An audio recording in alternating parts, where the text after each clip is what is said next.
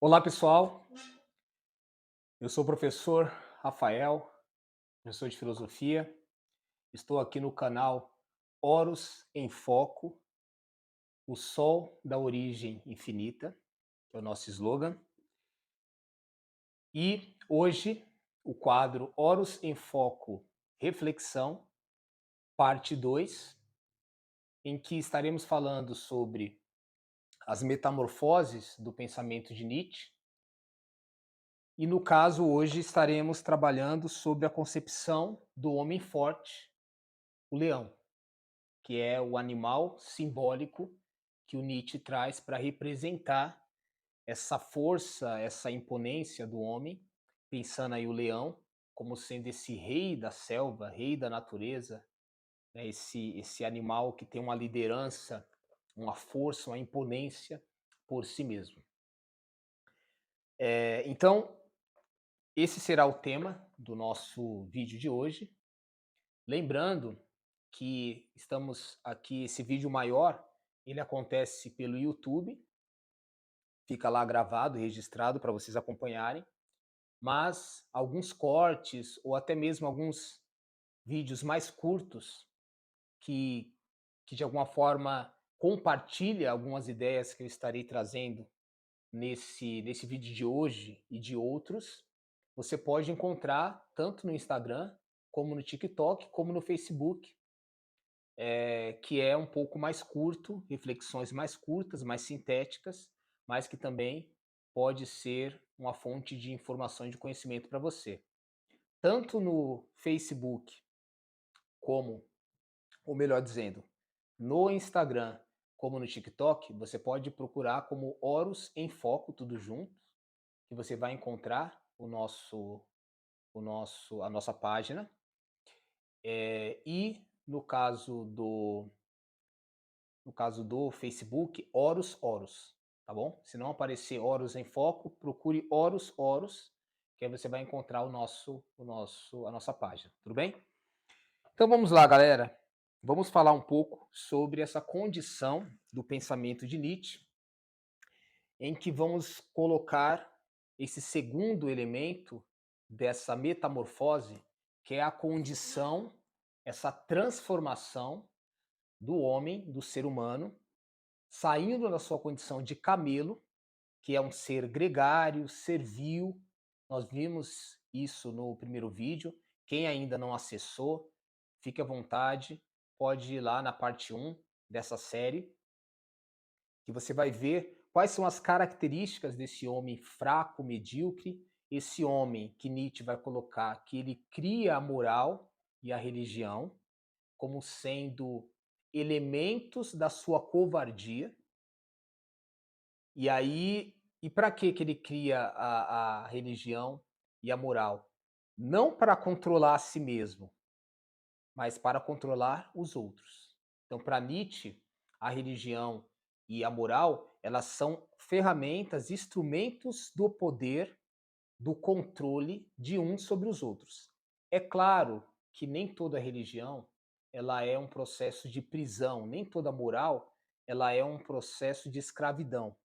Mas temos que entender que algumas pessoas, alguns líderes religiosos, pegam essa estrutura religiosa para se valer dela e comandar, dominar outros. Porque nem ele mesmo vive as regras e as leis que ele prega, que ele quer que os seus seguidores vivam.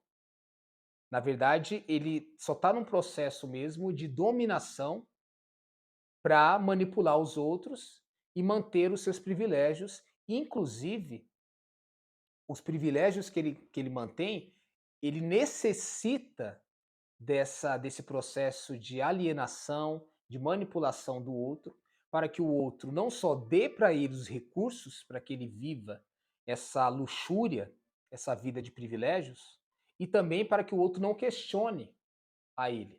Então ele fica ali numa redoma, ele fica ali numa proteção, numa blindagem, porque ele usa desse mecanismo de manipulação.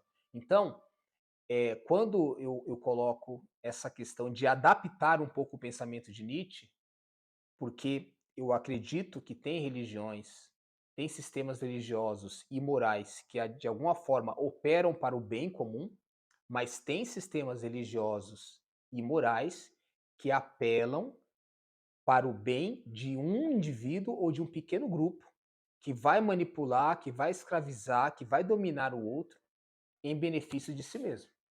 E isso acontece muitas vezes com o uso dos recursos da oferta, do dízimo, que algumas igrejas se valem para dominar os seus fiéis, e aí os seus líderes vivem na luxúria, vivem no luxo, são milionários, enquanto os fiéis vivem na pobreza.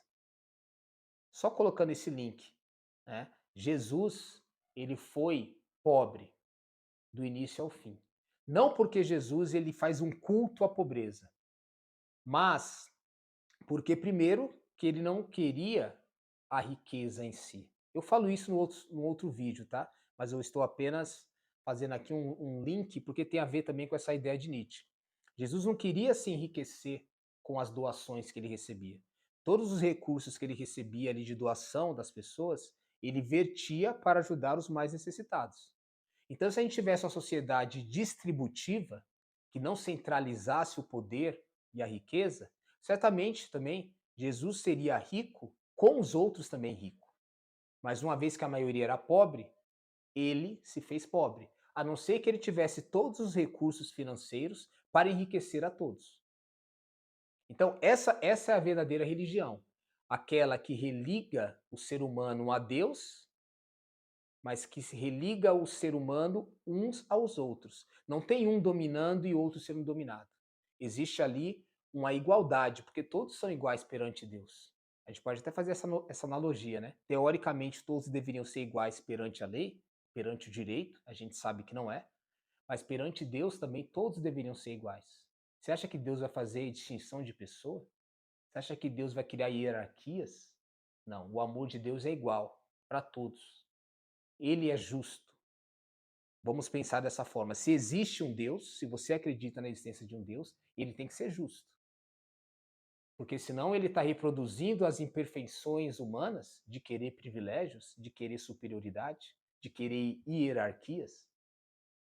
Então, essa ideia medíocre da religião e da moral é aquela que, na essência do pensamento de Nietzsche, é o que ele condena. Mas, ao mesmo tempo, nós vimos no outro vídeo que Deus declara a morte de Deus. Deus está morto. Porque, lá no fundo, eu expliquei para vocês, é porque Deus é uma criação humana. Se Deus é uma criação humana, ele não existe para Nietzsche. Mas ele é uma invenção do ser humano que quer forjar um Deus, à sua imagem e semelhança, para que os outros também vivam na mediocridade, vivam na negação da vida e da sua vontade de potência.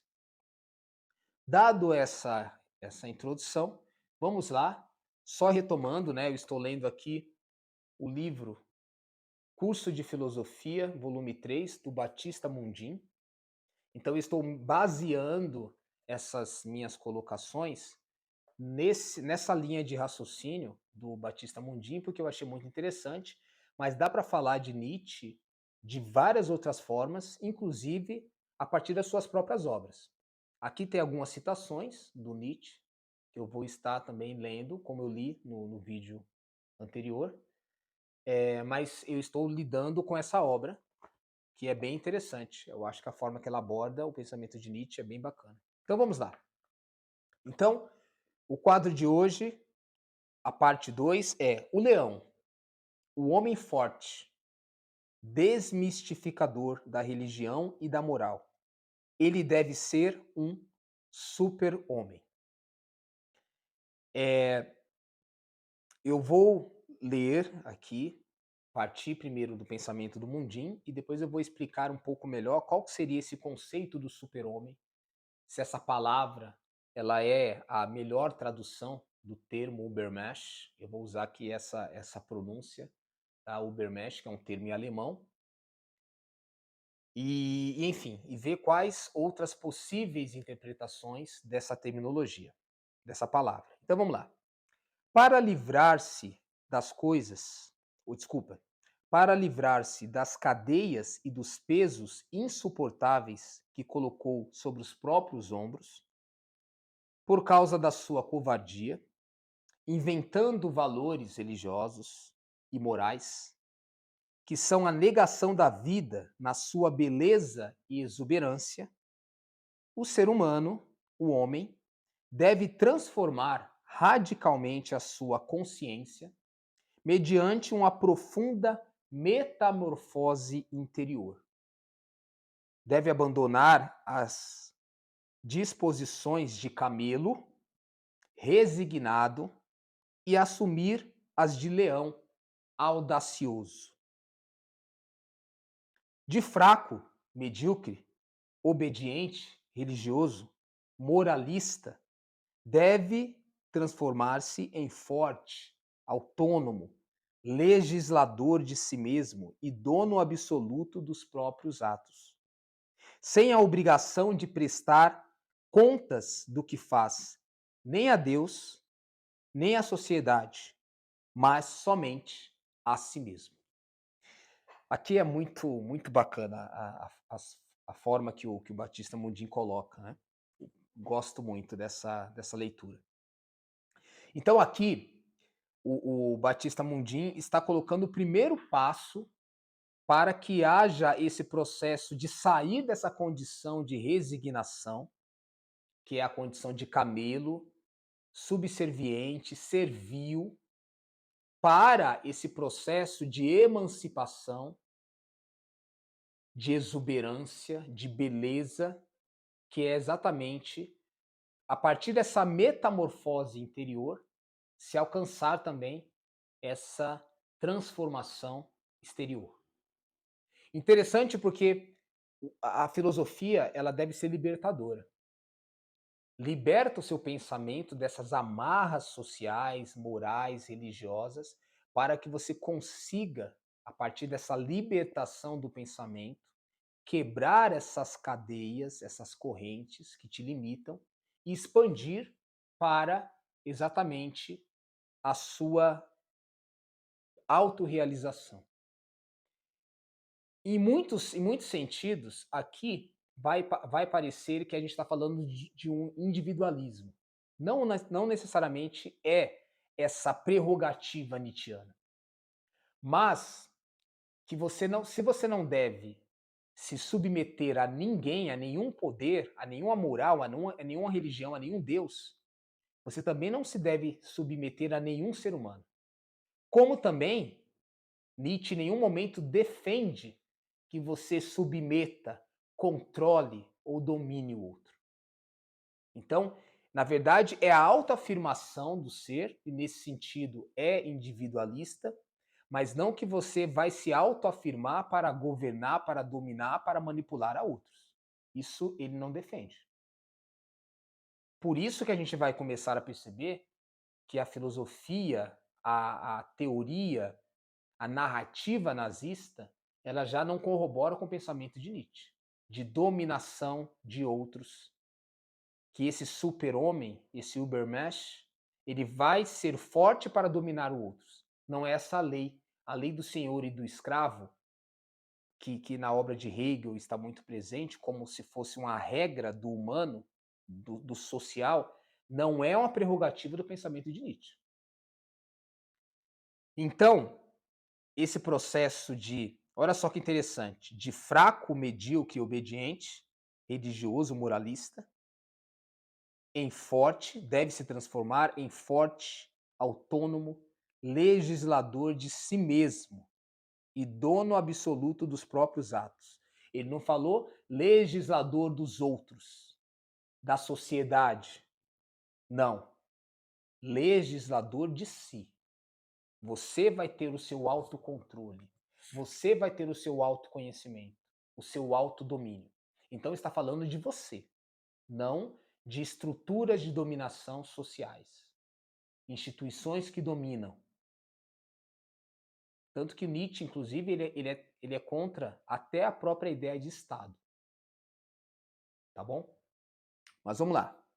Continuando.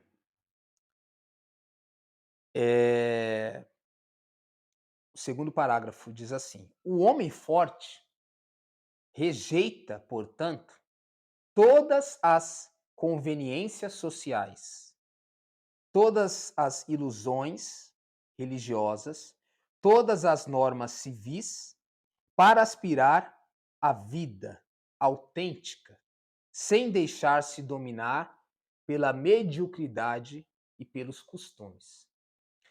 Então, eu vou ler bem parte por parte para a gente entendendo a proposta.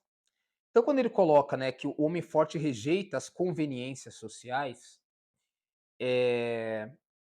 as ilusões religiosas, as normas civis, não é que, de fato, Nietzsche está sendo contra qualquer forma de lei. Mas se essa lei que existe, ela é para promover a sua liberdade, à medida que ela não escravize outros, essa lei poderia ser benquista.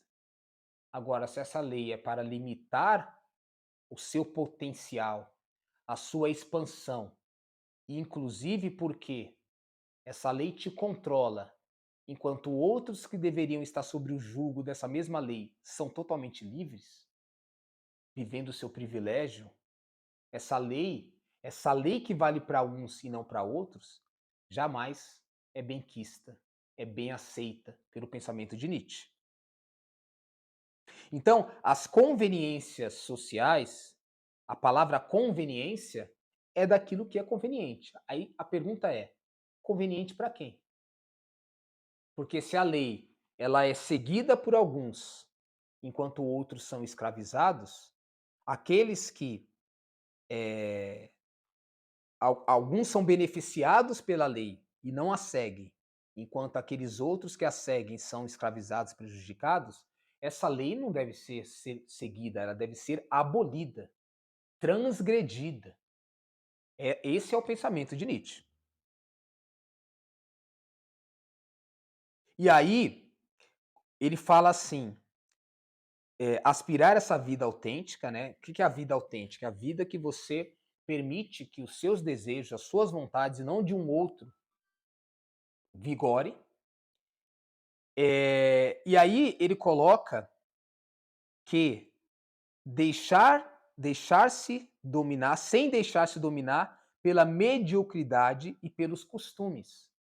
Os costumes, basicamente, iremos trabalhar isso em outros vídeos, eu vou aprofundar um pouco mais isso em outro momento, mas os costumes pode ser entendido como aquilo que você se acostumou a fazer, ou que, por tradição, as pessoas eram acostumadas a fazer e a reproduzir, e aí você começa a fazer também. E muitas vezes você faz um determinado costume, tem um determinado hábito, que você nem sabe por quê. Se ele é bom, se ele é ruim, você não questiona, você só segue, você só reproduz. É contra isso que o Nietzsche está colocando. Essas são as conveniências sociais. Será que eu devo reproduzir aquele costume? Aquela prática? Pode ser várias práticas, pode ser vários costumes, mas você vai ter que olhar e falar assim: peraí, será que para mim faz sentido? Será que me traz benefícios ou me traz malefícios? Eu estou falando aqui em linhas gerais. Eu poderia pegar e dar aqui algum exemplo concreto. Eu vou pensar aqui num exemplo que eu não planejei, mas eu vou pensar aqui num exemplo concreto para de repente você pensar. Eu vou dar um exemplo então, pensei num exemplo agora. Já que eu fiz um link com a igreja, vamos imaginar o seguinte: você vai para a igreja, uma determinada igreja, e você percebe que os seus pais, seus avós, seus tios, eles têm o costume de dar ali um dinheiro para aquela igreja. Só que eles simplesmente dão. Nunca perguntaram, nunca questionaram como está sendo utilizado esse dinheiro. Para que finalidade? E aí as pessoas, de pai para filho, neto, todo mundo vai reproduzindo aquele costume e não sabe por quê. Aí depois você vai de repente fazer uma busca, uma fundamentação ali teológica, aí você vai perceber que esse dinheiro ele tem que ser dado, doado, mas também para ser vertido em obras sociais, em auxílio para os mais pobres.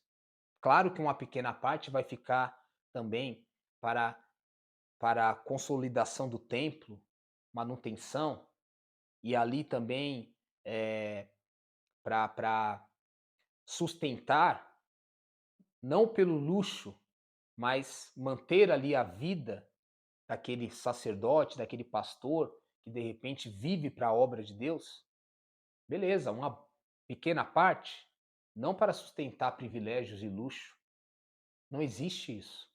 Então, às vezes, a gente reproduz um costume, por não conhecer a fundamentação, não buscar informação, a gente reproduz sem pensar se aquilo realmente está sendo utilizado da devida forma. Então é isso que Nietzsche está colocando.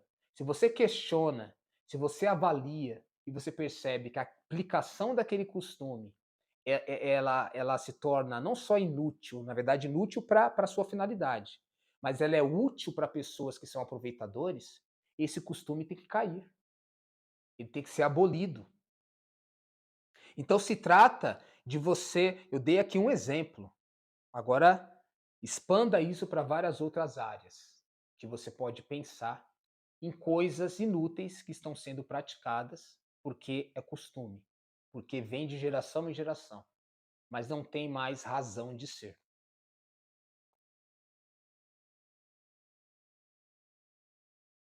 Vamos lá.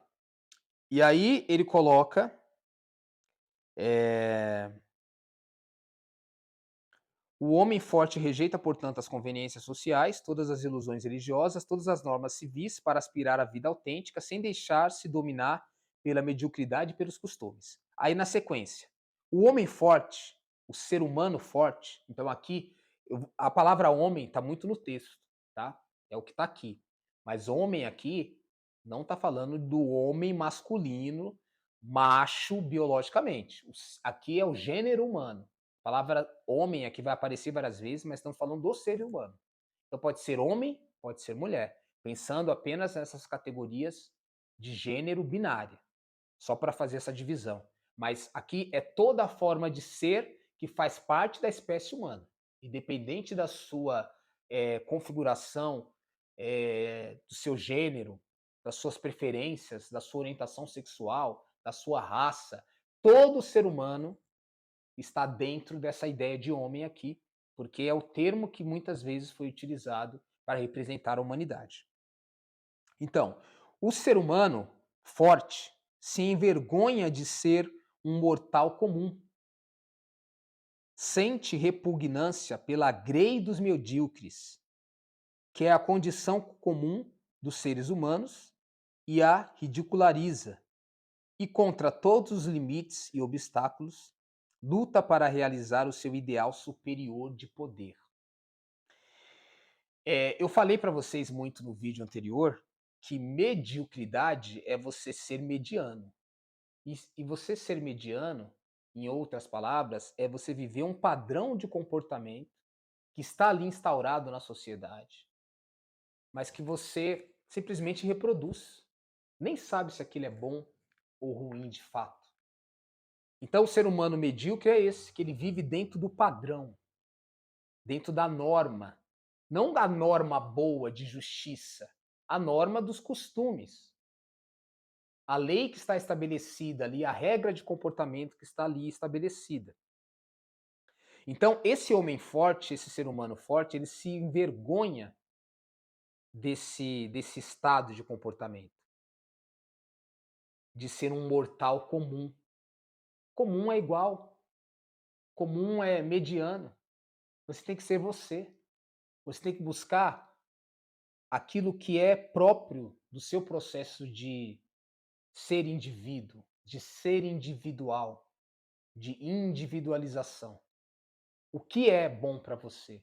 O que te satisfaz? Não é aquilo que as pessoas, a sociedade diz. O modelo de educação nietzschiano seria uma educação que prepara você para ser o que você entende, o que você quer e que te realiza enquanto sujeito, enquanto ser humano. Não aquilo que a sociedade impõe, que a religião impõe, que a moral impõe, que as pessoas impõem para você.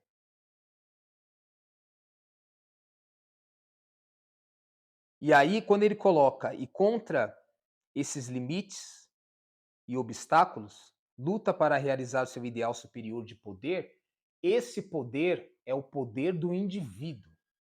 Porque poder também pode ser poder de dominar, de escravizar, de manipular. Não é esse poder. Esse poder tem que ser derrubado para que indivíduos livres possam instaurar o seu processo de poder sobre si. Autocontrole, autoconhecimento. Não negação das suas dimensões, dos seus processos. Não é repressão do si, mas é expansão do si. A suprema e única norma ética do homem forte é o triunfo da própria personalidade, do próprio eu. Segue-se que o preceito supremo não é tu deves, mas eu quero. A gente vive numa sociedade que a todo momento aponta um dedo para você e fala: tu deves, você deve fazer isso, você não deve exigir, você não deve cobrar, mas cobram de você. Você não pode reclamar, mas você é reclamado. Você não pode dominar, mas você é dominado. Então, essa sociedade do tu deves, isso acontece, é reproduzido pelo Estado, pelas empresas, pela religião, pela família, por várias instâncias de poder que faz tudo para te forjar, para te programar dentro de um modelo de indivíduo. Aquilo que Michel Foucault vai falar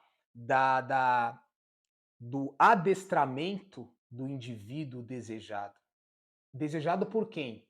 Pela sociedade, pela igreja, pelo Estado, pelas empresas, mas não pelo próprio indivíduo. Então, onde vai ficar a sua autoconstrução? Só se você entender do eu quero. Se você se rebelar contra essas estruturas dominadoras, manipuladoras, escravizadoras do ser, e você começar a se autoafirmar nesse processo. Então, o eu quero, preceito que supera todo limite, que infringe toda convenção e que se rebela contra toda norma. Reconhecer um limite, seguir uma norma significa sufocar o próprio eu, mortificar a própria autonomia, escravizar a própria liberdade.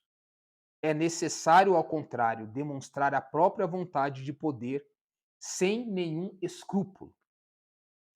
Como eu disse, a gente tem que tomar muito cuidado, porque muitas pessoas vão deturpar o pensamento de Nietzsche e dizer que ele é um imoral, sem nenhum escrúpulo. Qual escrúpulo ele está colocando aqui? Não é o escrúpulo de ser imoral, de não viver sem regras, no sentido que você agora vai dominar todo mundo, vai fazer as coisas sem nenhuma responsabilidade, sem nenhum peso na consciência, dane-se, vou chutar o balde mesmo. Não, não é nesse sentido que ele está colocando. Mas o escrúpulo é do outro, daquela instituição que quer te dominar, que quer te manipular. Esse escrúpulo, você tem que ir contra essa condição escravizadora. Então, sem nenhum escrúpulo, exatamente esse sentido. Não é uma moral que gera o bem do indivíduo e do social, mas é uma moral que beneficia determinadas pessoas em detrimento de outras. Essa tem que ser totalmente derrubada, tem que ser enfrentada, tem que ser totalmente superada. Além do bem e do mal, título eloquente de uma das obras mais importantes de Nietzsche, é o ideal de poder que se realiza com a superação definitiva da humanidade, além do homem. Esse é o termo que eu prefiro quando usa-se a palavra super-homem. A melhor tradução para o termo Ubermensch é além do homem. Que homem, que ser humano, que ideia de humanidade deve ser superada? Essa ideia servil, essa ideia que sempre foi manipulada.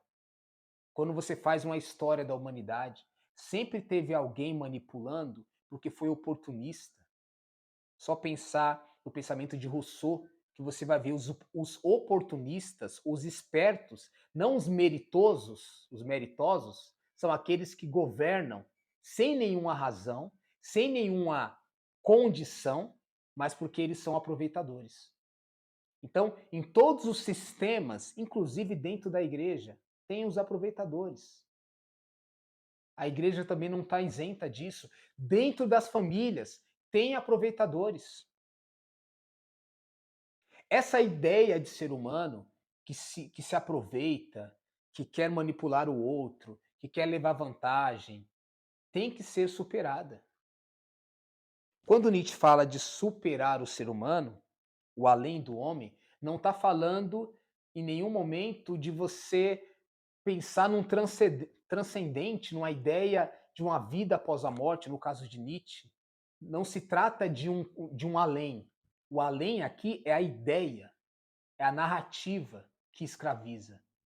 Aquilo que forma a parte da subjetividade das pessoas são as ideias.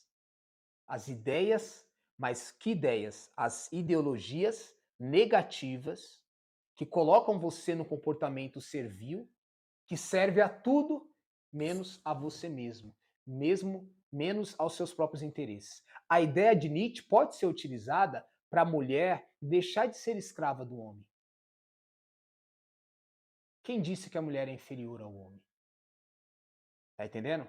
Ela pode servir nesse sentido. Ela pode servir para que o negro não se sinta inferior ao branco, que o indígena não se sinta inferior às pessoas que vivem em cidade. Só que ela pode também ser utilizada para sustentar um pensamento, claro, de forma desvirtuada, deturpada, ela pode ser utilizada para sustentar uma ideia nazista de que existem seres humanos superiores na sua condição racial, no seu corpo, na sua biologia. Um modelo de ser humano melhor, que é a base do eurocentrismo, inclusive. Não é só a base do nazismo. Lá no fundo, é a base do eurocentrismo. A ideia de vir aqui, invadir as Américas, as Índias, a Ásia, dominar a África, dominar, escravizar, explorar aqueles povos com o intuito financeiro, também é uma lógica de um melhor. Nós, europeus, somos melhores. Mas o radicalismo desse processo de concepção de uma raça superior aconteceu, sem dúvida, na Alemanha nazista. Teve uma cidade na África também, Namíbia, que houve um processo escravizador também, nesse modelo étnico-racial, também nos Estados Unidos. Inclusive, muito do que aconteceu na Alemanha nazista foi importado dos Estados Unidos, do seu processo de segregação racial em relação aos negros. Mas isso aqui também, só uma colher de chá para uma outra abordagem, um outro momento. Mas essa concepção nietzschiana do super-homem ou do além do homem não está ligado em nenhum sentido à construção ideológica nazista. Isso é um aproveitamento, uma desvirtuação do pensamento de Nietzsche, como inclusive acontece com a Bíblia. A Bíblia é utilizada de forma desvirtuada, deturpada, para sustentar preconceitos que não estão de fato na Bíblia, mas estão em mim, que eu projeto na Bíblia, para dar autoridade ao meu preconceito. É isso que Nietzsche está querendo superar. Essa questão que eu falo da Bíblia também, em algum momento eu vou tratar trechos específicos para mostrar que existem coisas sustentadas por muitos fiéis, muitos cristãos, que não têm embasamento bíblico. E que talvez tinha lá no Antigo Testamento, mas foi superado no Novo. Mas ainda as pessoas continuam no Antigo. Por quê? Porque é melhor, é interessante, é conveniente para mim. Esse é o processo de ser um super-homem. Eu não estou falando para você sair da sua religião, mas siga a sua religião de uma forma consciente e racional. Porque muitas vezes aquele cara, aquele padre, aquele pastor, aquele líder qualquer que seja, quer que você não aprenda filosofia, porque ele sabe que você vai conseguir ter senso crítico e perceber que você está sendo manipulado e enganado por ele. Aí ele não quer que você tenha filosofia, ele não quer que você tenha ciência. A verdadeira religião, ela é defensora sim da ciência e da filosofia. Ela não tem medo.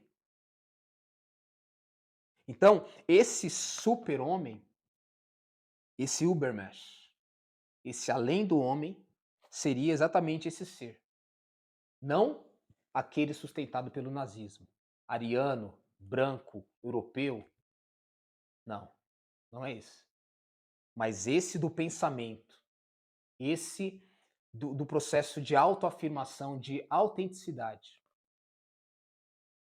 O ser humano forte deve ser um super-homem, tendo como virtudes principais a audácia e a insensibilidade. A primeira permite-lhe afirmar a sua vontade sem nenhum escrúpulo.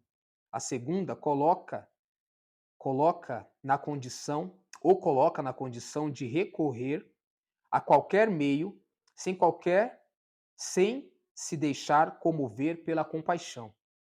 No super-homem, como cirurgião, a compaixão seria um defeito. O super-homem, o além do homem, ele remove a compaixão no sentido de você se compadecer, aceitar, permitir, a partir de uma falsa empatia, que outros, com a conversa manipuladora, consiga te convencer de coisas insustentáveis. Às vezes, aquela coisa de você ser bom ou ser bobo. Como você é bobinho muitas vezes, bobinha, você cai naquela conversa fiada. Você, parte do princípio que todo mundo fala a verdade, que todo mundo é honesto. E aí essa pessoa se aproveita dessa sua confiança depositada para te manipular, para te enganar. Então você precisa ser uma pessoa que tem audácia e tem insensibilidade perante senso crítico, perante aquelas pessoas que querem te manipular. Esse é o sentido do além do homem. Inclusive, o além do homem é um processo, talvez societário, que ainda não foi construído. De uma sociedade utópica que sai dessa condição em que sempre vai ter algumas pessoas sendo beneficiadas, algumas pessoas que dominam, que escravizam, que manipulam. Quem sabe um dia tenhamos uma sociedade que, embora seres individuais, super-homens, super-mulheres, mas super consigam, de fato, tratar-se como igual e construir ali uma relação em que é o bem para todos, sem querer se enganar o outro, manipular o outro, mas também sem permitir-se ser enganado e manipulado. Esse seria um pouco o processo do homem forte, além do homem, super-homem de Nietzsche, que prepara o terceiro vídeo, que vamos falar sobre o menino, o homem ou o ser humano inocente que se compraz na exuberância da natureza e cria novos símbolos sacros. Esse será o nosso terceiro e último vídeo, última parte dessa série das metamorfoses do pensamento de Nietzsche. Espero que vocês tenham gostado dessa discussão. Muitas coisas a gente vai tratar, vai aprofundar melhor em outros textos, em outros vídeos, em outros momentos. Mas hoje ficamos por aqui. Não esqueça de nos seguir nas redes sociais, tanto no YouTube, Horus em Foco, no Instagram, Horus em Foco, no TikTok, Horus em Foco e no Facebook, Horus. Até mais. É isso aí.